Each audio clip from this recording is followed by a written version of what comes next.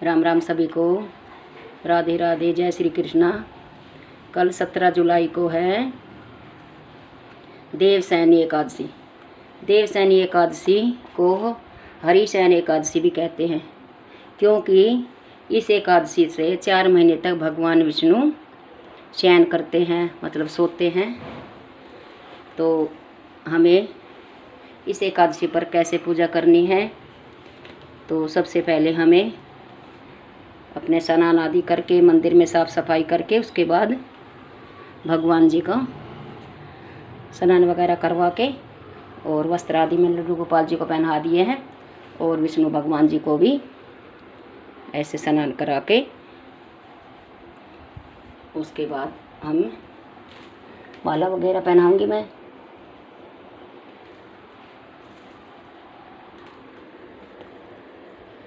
माला पहनाए और भगवान विष्णु को पीले पुष्प प्रिय है, अगर पीले मिल जाए तो पीले, वरना जो भी फूल मिले तो फूल भी ज़रूर चढ़ाए। तो सबसे पहले अपने गणेश जी की पूजा करते हैं। तो गणेश जी की पूजा में हमें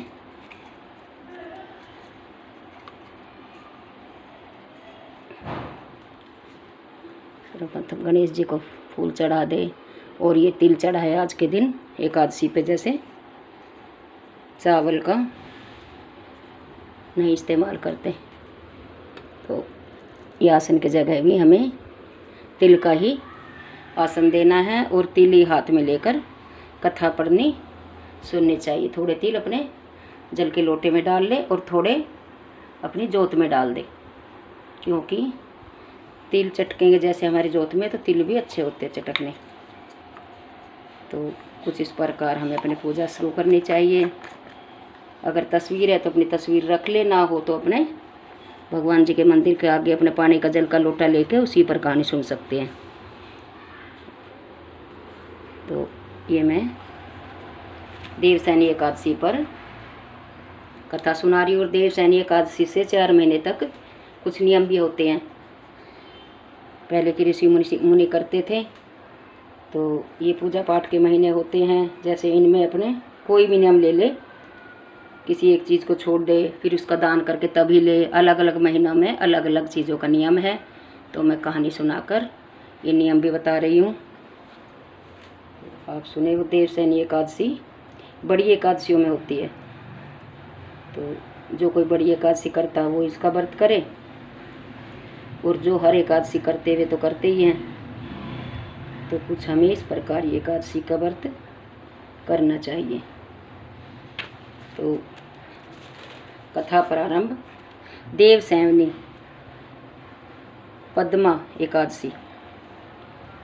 धर्मराज युधिष्ठिर बोले, कथा प्रारंभ होती है। एकादशी व्रत कथा। धर्मराज युधिष्ठिर बोले, हे भगवान, आषाढ़ मास शुक्ल पक्ष की एकादशी का क्या नाम है, सो अब विस्तार पूर्वक बतलाइए।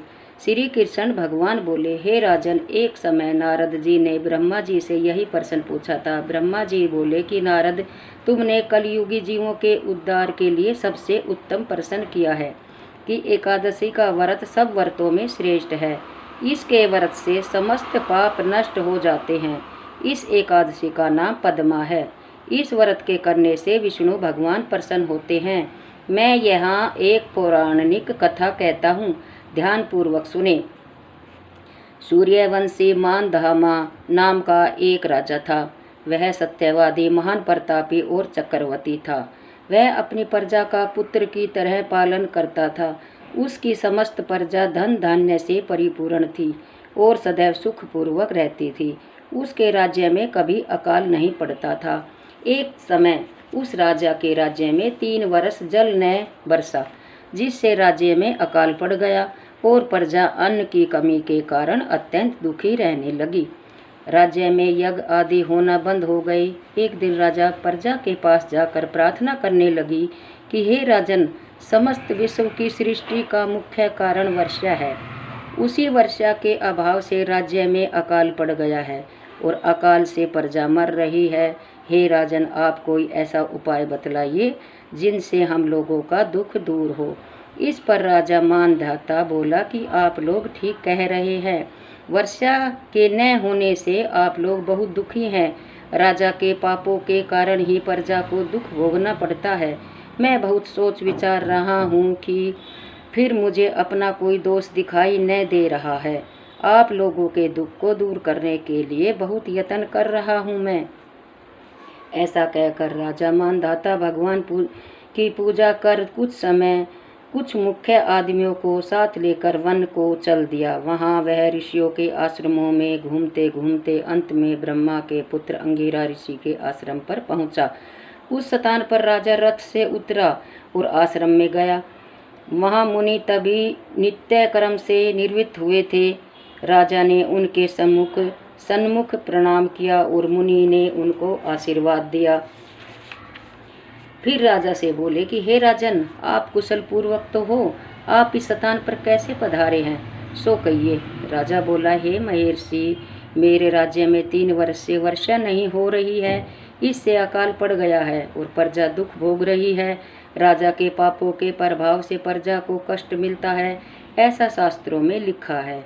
मैं धर्मानुसार राज्य करता हूँ, फिर भी यह अकाल कैसे पड़ गया है, इसका कारण मुझे अभी तक पता न लग सका। अब मैं आपके पास इसी संदेह की निवृत्ति के लिए आया हूँ। आप कृपा करके कष्टों को दूर करने के लिए कोई उपाय बतलाइए। इस पर ऋषि बोले, हे राजन, यह सतयुग सब युगों में श्रेष्ठ है। इसमें धर्म के चारों चरण सम्मिलित हैं। इस युग में ब्राह्मणों का तपस्या करना तथा वेद पढ़ने का ही अधिकार है, परंतु आपके राज्य में एक शूद्र भी तपस्या कर रहा है। इस दोष के कारण आपके राज्य में वर्षा नहीं हो रही है। यदि आप प्रजा का भला चाहते हैं तो उस शूद्र को मार दीजिए। इस पर राजा बोले, हे मुनि, मैं उस निरपराध तपस्या करने वाले शूद्र को नहीं मार सकता। आप इस दोष से छूटने का कोई अन्य उपाय बतलाइए। तब ऋषि बोले कि हे राजन, यदि तुम ऐसा ही चाहते हो तो आषाढ़ मास के शुक्ल पक्ष की पद्मा नाम की एकादशी का विधि पूर्वक व्रत करो। इस व्रत के प्रभाव से तुम्हारे राज्य में वर्षा होगी और प्रजा सुख पाएगी, क्योंकि इस एकादशी का व्रत सब सिद्धियों को देने वाला है। मुनि के इन वचनों को सुनकर राजा अपने नगर में वापस आया और विधि पूर्वक पद्मा एकादशी का व्रत किया। उस व्रत के प्रभाव से राज्य में वर्षा हुई और मनुष्य को सुख पहुंचा। इस एकादशी को देवसैनी एकादशी भी कहते हैं। इस व्रत के करने से विष्णु भगवान प्रसन्न होते हैं। अंत में मोक्ष की इच्छा करने वाले मनुष्य को एकादशी का व्रत करना चाहिए। अतः मोक्ष की इच्छा करने वाले मनुष्य को एकादशी का व्रत करना चाहिए। चातुर्मास्य व्रत भी इसी एकादशी के व्रत से शुरू किया जाता है। कुंती पुत्र युधिष्ठिर बोले कि हे भगवान विष्णु, भगवान का शयन व्रत किस प्रकार किया जाता है, सो सब कृपा पूर्वक कहिए। श्री कृष्ण बोले कि हे राजन, अब मैं आपको विष्णु के शयन का व्रत और चतुर्मास्य में जो व्रत कहे हैं वे अब आप ध्यान देकर सुनिए। जब सूर्य नारायण कर्क राशि में स्थित हो तब विष्णु भगवान का शयन कराना चाहिए और सूर्य नारायण के तुला राशि के आने पर भगवान को उठाना चाहिए। और अधिक मास के आने पर भी विधि इसी प्रकार रहती है। इस विधि से अन्य देवताओं को शयन कराना चाहिए। आषाढ़ मास के शुक्ल पक्ष की एकादशी का विधि पूर्वक व्रत करना चाहिए। उस दिन विष्णु भगवान की प्रतिमा बनानी चाहिए और चतुर्मास्य व्रत नियम से करना चाहिए। सबसे पहले उस प्रतिमा को स्नान कराना चाहिए, फिर सफ़ेद वस्त्रों को धारण कराकर तकिएदार सैया पर शयन कराना चाहिए। उसको धूप दीप नवद आदि से पूजन कराना चाहिए। भगवान का पूजन शास्त्र ज्ञाता ब्राह्मणों के द्वारा कराना चाहिए। तत्पश्चात भगवान विष्णु की इस तरह स्तुति करनी चाहिए, हे भगवान, मैं आपको शयन कराया है, आपके शयन से संपूर्ण विश्व सो जाता है। इस तरह विष्णु भगवान के हाथ जोड़कर प्रार्थना करनी चाहिए कि हे भगवान, आप जब 4 मास तक शयन करें तब तक मेरे इस चतुर्मास्य व्रत को निर्विघ्न रखे। इस प्रकार भगवान विष्णु की स्तुति करके शुद्ध भाव से मनुष्यों को दातुन आदि के नियम को ग्रहण करना चाहिए। विष्णु भगवान के व्रत को शुरू करने के 5 काल वर्णन किए हैं। देवसैनी एकादशी से लेकर देवोत्थानी द्वादशी, पूर्णमासी अष्टमी या संक्रांति का व्रत आरंभ करना चाहिए और कार्तिक मास के शुक्ल पक्ष की द्वादशी को समाप्त कर देना चाहिए। जो मनुष्य इसके व्रत को प्रतिवर्ष करते हैं वह सूर्य के समान दीवान विमान में बैठकर विष्णु लोक को जाते हैं। हे राजन, अब आप इसका पृथक पृथक फल सुने। जो मनुष्य देव मंदिरों में रंगीन बेल बूटे बनाता है उसे 7 जन्म तक ब्राह्मण की योनि मिलती है। जो मनुष्य चतुर्मास्य के दिनों में विष्णु भगवान को दही, दूध, घी, शहद और मिश्री के द्वारा स्नान कराता है वह वैभवशाली होकर सुख भोगता है। जो आदमी श्रद्धा पूर्वक भूमि, श्रवण, दक्षिणा आदि ब्राह्मणों को दान करता है वह स्वर्ग में जाकर इंद्र के समान सुख भोगता है। जो विष्णु भगवान की सोने की प्रतिमा बनाकर धूप, दीप, विष्णु नैवेद्य, पुष्प नैवेद्य आदि से भगवान की पूजा करता है वह स्वर्ग लोक जाकर अक्षय सुख भोगता है। और जो मनुष्य चतुर्मास्य के अंदर नित्य प्रति तुलसी जी भगवान को अर्पित करते हैं वह विमान पर बैठकर विष्णु लोक को जाता है। जो मनुष्य विष्णु भगवान को धूप दीप से पूजा करते हैं उनको धन मिलता है। जो आदमी इस एकादशी से कार्तिक के महीने तक विष्णु की पूजा करते हैं उनको विष्णु लोक की प्राप्ति होती है। इस चतुर्मास्य व्रत में जो आदमी संध्या के समय देवताओं तथा ब्राह्मणों को दीपदान करते हैं तथा ब्राह्मणों को सोने के काम के वस्त्र देते हैं वह विष्णु लोक को जाते हैं। जो आदमी भक्ति पूर्वक भगवान का चरणामृत लेते हैं वे संसार के आवागमन के चक्र से छूट जाते हैं। जो विष्णु मंदिर में नित्य प्रति 108 बार गायत्री मंत्र का जाप करते हैं वह पापों में लिप्त नहीं होते हैं। जो आदमी पुण्य धर्म शास्त्र को सुनते हैं और वेद पाठी ब्राह्मणों को वस्त्रों का दान कर देते हैं वे धनी, ज्ञानी और कीर्तिवान होते हैं। जो मनुष्य भगवान या शिव जी का स्मरण करते हैं और अंत में उनकी प्रतिमा दान करते हैं वे पाप से रहित होकर गुणवान बन जाते हैं। जो मनुष्य सूर्य को अर्घ्य देते हैं उनकी पूरी आयु को समस्त देह प्राप्त होती है और तथा कीर्ति, धन और बल पाते हैं। चतुर्मास में जो मनुष्य गायत्री मंत्र द्वारा तिल से होम करते हैं और चतुर्मास्य खत्म हो जाने पर तिल का दान करते हैं उनके समस्त पाप नष्ट हो जाते हैं और निरोग शरीर मिलता है तथा सुपत्र संतान होती है। जो मनुष्य चतुर्मास व्रत में अन्न से होम करते हैं और समाप्त हो जाने पर घी, घड़ा और वस्त्रों का दान करते हैं वह ऐश्वर्यशाली होते हैं। जो मनुष्य तुलसी जी को धारण करते हैं तथा अंत में विष्णु जी के निमित्त ब्राह्मणों को दान करते हैं वे विष्णु लोक को जाते हैं। जो मनुष्य चतुर्मास व्रत में भगवान शयन के उपरांत मस्तक पर नित्य प्रति दूध चढ़ाते हैं और अंत में शरण की दुर्भादन करते हैं तथा दान करते हैं उनकी स्तुति करते हैं वे देव जिस भांति पृथ्वी पर शाखाओं सहित फैली हुई है दूब उसी तरह मुझे अजर अमर संतान दो। ऐसा करने वाले मनुष्य के सब पाप नष्ट हो जाते हैं और अंत में स्वर्ग को जाते हैं। जो शिव जी या विष्णु भगवान का देवालय में गान करते हैं उन्हें रात्रि जागरण का फल मिलता है। जो मनुष्य इस व्रत को करते हैं उन्हें उत्तम ध्वनि वाला घंटा दान करना चाहिए और इस प्रकार स्तुति करनी चाहिए कि हे भगवान, हे जगत पिता, आप पापों का नाश करने और न करने योग्य कार्यों को करने से भी पाप उत्पन्न हुए हैं उन्हें नष्ट कीजिए। चतुर्मास व्रत के अंदर जो नित्य प्रति ब्राह्मणों का चरणामृत पान करते हैं वे सब पापों तथा दुखों से छूट जाते हैं और आयुवान तथा लक्ष्मीवान होते हैं। चतुर्मास्य व्रत समाप्त हो जाने के बाद गोदान करना चाहिए। यदि गोदान न कर सके तो वस्त्र दान अवश्य करना चाहिए। जो ब्राह्मणों को नित्य प्रति नमस्कार करते हैं उनका जीवन सफल हो जाता है और समस्त पापों से छूट जाते हैं। जो मनुष्य इस व्रत की समाप्ति पर ब्राह्मणों को भोजन कराते हैं उनकी आयु तथा धन की वृद्धि होती है। जो मनुष्य अलंकार सहित बछड़े वाली कपिला गाय वेद पाठी ब्राह्मण को दान करते हैं वे चक्रवर्ती, आयुवान, पुत्रवान राजा होते हैं और सर्वलोक में प्रलय के अंत तक इंद्र के समान राज्य करते हैं। जो मनुष्य सूर्य भगवान तथा गणेश जी को नित्य नमस्कार करते हैं उनकी आयु तथा लक्ष्मी बढ़ती है और यदि गणेश जी प्रसन्न हो जाए तो मनवांछित फल पाते हैं। गणेश और सूर्य की प्रतिमा ब्राह्मण को दे देने से सब कामों की सिद्धि होती है। जो मनुष्य ऋतुओं में महादेवी की प्रसन्नता के लिए तिल और वस्त्रों के साथ तांबे का पात्र दान करते हैं उनके समस्त सुंदर शिव भगत संतान उत्पन्न होती है।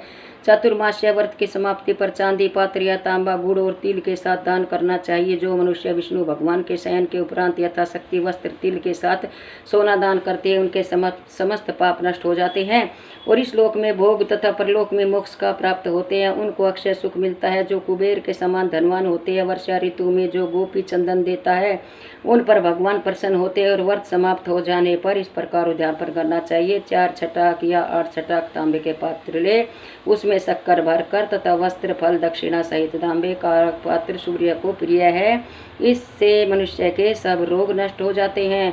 उसके दान के प्रभाव से बलवान और कीर्तिवान संतान उत्पन्न होती है। कुंती पुत्र, इस चतुर्मास्य व्रत को करने वाला मनुष्य गंधर्व विद्या में निपुण और स्त्रियों को प्रिय होता है। जो मनुष्य चतुर्मास्य व्रत में ब्राह्मण को शाक फल आदि देते हैं और अंत में यथाशक्ति दान दक्षिणा वस्त्र आदि देते हैं, वह सुखी राजयोगी बनते हैं। शाक और फल देवता तथा मुनियों को प्रिय है, अतः इनके देने से देवता प्रसन्न होते हैं। जो मनुष्य इस व्रत में प्रतिदिन सोंठ, मिर्च, पीपल और दक्षिणा के साथ दान करते हैं तथा व्रत के अंत में सोना, सोंठ और मिर्च आदि दान करते हैं, वे 100 वर्ष तक जीते हैं और अंत में स्वर्ग को जाते हैं। जो मनुष्य तंबाकू खाना छोड़ देते हैं उनसे देवता प्रसन्न होते हैं और अंत में धन देते हैं। इस व्रत में जो मनुष्य लक्ष्मी दान करते हैं और अंत में चांदी के पात्र में हल्दी रखकर दान देते हुए स्त्री अपने पति के साथ और पति अपनी पत्नी के साथ सुख भोगते हैं, तो उन्हें सौभाग्य, अक्षत, धन तथा संतान मिलती है और उनकी देवलोक में पूजा होती है। इस व्रत में जो मनुष्य शिव जी और पार्वती की पूजा करते हैं और व्रत के शुरू में शिव लिंग की स्थापना करते हैं, गो बैल दान करते हैं और ब्राह्मणों को मीठा भोजन कराते हैं, उन्हें संपत्ति और कीर्ति मिलती है और अंत में सुख भोग कर शिवलोक को जाते हैं। इसमें बामन भगवान की प्रसन्नता के लिए ब्राह्मणों को दही युक्त भात खिलाना चाहिए। यदि यह नित्य न हो सके तो अष्टमी, अमावस्या, पूर्णिमा और प्रत्येक रविवार या शुक्रवार को खिलाना चाहिए। इस व्रत की समाप्ति में भूमि का दान करना चाहिए। यदि भूमि दान न हो सके तो शरण युक्त पादुका दान करनी चाहिए। ऐसा करने से धन, धान्य, पुत्र तथा विष्णु भक्ति मिलती है और अंत में विष्णु लोक को जाते हैं। जो मनुष्य दान तथा आभूषणों से युक्त बछड़ा सहित गोदान करते हैं, वह इस लोक में ज्ञानी और किसी के सेवक नहीं बनते और अंत में ब्रह्म लोक में जाकर पितरों के साथ अनंत सुख प्राप्त करते हैं। चातुर्मास्य व्रत में जो मनुष्य प्रजापत्य का व्रत करते हैं और इसकी समाप्ति में गोदान करते हैं और ब्राह्मणों को भोजन कराते हुए सब पापों से छुटकर ब्रह्म लोक को जाते हैं। व्रत में जो वस्त्र और बैलों के साथ 8 हल दान करते हैं और शाक, फूल, फलहार करते हैं तथा पर्याव्रत करते हैं, अंत में दूध वाली गोदान करते हैं, वह विष्णु लोक को जाते हैं। जो मनुष्य दोनों ऋतुओं में केले के पात्र और कलाश के पत्तों पर भोजन करते हैं, वे इस लोक में सुख पाते हैं तथा जो तेल नहीं खाते उनके सब पाप नष्ट हो जाते हैं। इस व्रत के प्रभाव से ब्राह्मण घात करने वाला, सुरापान करने वाला, असत्य भाषण करने वाला, स्त्री को मारने वाला, किसी के व्रत को बिगाड़ने वाला, अगम्य गमन करने वाला, विधवा गमन करने वाला, ब्राह्मणी तथा चंडालनी से गमन करने वाला, इन सभी के पाप नष्ट हो जाते हैं और अंत में निर्वाण पद को पाते हैं। चातुर्मास्य व्रत में अंत में जो मनुष्य ब्राह्मण को आभूषण युक्त चंदन सहित बैल का दान करते हैं तथा उसे शस्त्र से युक्त भोजन कराते हैं, उनको विष्णु लोक प्राप्त होता है। जो मनुष्य भगवान के शयन करने पर नित्य प्रति रात्रि जागरण करते तथा अंत में ब्राह्मणों को भोजन कराते, उन्हें सब लोक की प्राप्ति होती है। चतुर्मास्य व्रत में जो मनुष्य नित्य एक समय खाकर ही रहते हैं तथा अंत में भूखे को भोजन कराते हैं, उनको स्वर्ग की प्राप्ति होती है। जो भक्तिपूर्वक भगवान के शयन के बाद भूमि पर सोते तथा अंत में शय्या दान करते, उनको शिवलोक में पूजा होती है। इस व्रत में जो मनुष्य मैथुन नहीं करता वह बलशाली, यशस्वी तथा लक्ष्मीमान होता है तथा अंत में स्वर्ग को जाता है। चतुर्मास्य व्रत में जो उत्तम चावल या जौ का दान करते हैं, वे स्वर्ग को जाते हैं। जो इस व्रत में तेल नहीं लगाता तथा अंत में कांसे या मिट्टी के पात्र में तेल भरकर दान देता है, वह विष्णु लोक को जाता है। जो इस व्रत में शाक नहीं खाता और अंत में हर प्रकार के शाक वेद पाठी ब्राह्मण को देता है, वह शिवलोक में जाकर ख्याति प्राप्त करता है। जो इस व्रत में गेहूं दान करते, उन्हें अश्वमेघ यज्ञ के फल की प्राप्ति होती है। जो मनुष्य इस व्रत में अपनी इंद्रियों का दमन करता है, उसे अश्वमेघ यज्ञ का फल मिलता है। जो श्रावण में शाक, भादों में दही, कुआर में दूध और कार्तिक में दाल त्याग देते हैं, उन्हें निरोगी शरीर प्राप्त होता है। जो स्नान कर भगवान की पूजा करते हैं, वह हरिलोक को जाते हैं। जो मनुष्य इस व्रत में मीठा, खट्टा तथा कड़वे पदार्थ को त्याग देते हैं, वह समस्त दुर्गुणों से छूटकर स्वर्ग को जाते हैं। जो इस व्रत में चंद्रायण व्रत करते हैं, वह स्वर्ग को जाते हैं। जो इस व्रत में एकमात्र दूध पीकर ही निर्वाह करता है, उसका वंश प्रलय के अंत तक चलता है। जिस दिन भगवान विषैन से उठते हैं, उस दिन ब्राह्मणों को दान, वस्त्र, भोजन कराना चाहिए। यह समस्त दान वेद पाठी ब्राह्मण को ही देना चाहिए। चोरी करने वाला, मद्यपान करने वाला, अगम्य करने वाला, मिथ्या बोलने वाला तथा अन्य त्याज्य करने वाला, अंतवाज्य करने वाला तथा ब्राह्मणों को दान देने से उल्टा पाप लगता है तथा नरक की प्राप्ति होती है। तो वेद पाठी ब्राह्मण को ही हमें सब कुछ दान करना चाहिए। बोलो विष्णु भगवान की जय, एकादशी माता की जय। तो ये देवसैनी एकादशी की कथा थी और चतुर्मास्य व्रत के नियम भी थे इसमें। तो जय श्री राम, राधे राधे, जय श्री कृष्णा।